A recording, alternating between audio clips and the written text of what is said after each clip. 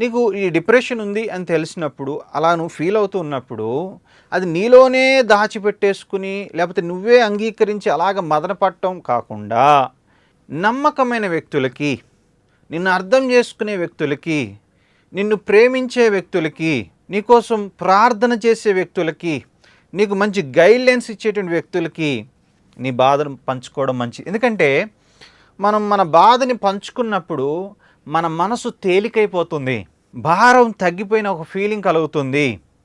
అదే లోపలే ఉంచుకుంటే మనలో మనమే కృంగిపోయి అగ్నిభారతం బద్దలైపోయినట్టుగా ఒకసారి మనం విస్ఫోటనానికి గురే ప్రమాదం. కాబట్టి you better share with faithful people. ఆలోచించు, ఈ లోకంలో అతి మంచివాడు, అతి నమ్మకమైన వ్యక్తి మన ప్రభు అయిన యేసయ్య కాకుండా ఇంకెవరున్నారు? నువ్వు బహుశా అందరికీ చెప్తున్నావేమో, కానీ అసలైన ప్రభు దగ్గరికి వెళ్ళట్లేదు. ప్రభుతో ఈ విషయాలు నువ్వు పంచుకోవడం లేదు. అది నీ జీవితంలో పెద్ద సమస్య. యేసయ్య కంటే మంచి నమ్మదగిన స్నేహితుడు ఎవరున్నారు? What a friend we have in Jesus. యేసునందు ఎంత గొప్ప స్నేహితుడు మనకున్నాడు. ఆ యేసయ్యతో మన బాధలు, మన కష్టాలు, మన ఫీలింగ్స్ అన్నీ కూడా ఓపెన్గా షేర్ చేసుకోవచ్చు.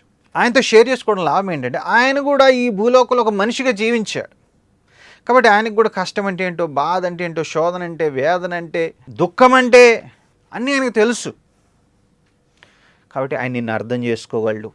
అంత మాత్రం కాదు ఫ్రెండ్, ఆయన మానవుడిగా నేను అర్థం చేసుకోగలడు, కానీ ఆయన దేవుడిగా నీ సమస్యను పరిష్కరించగలడు.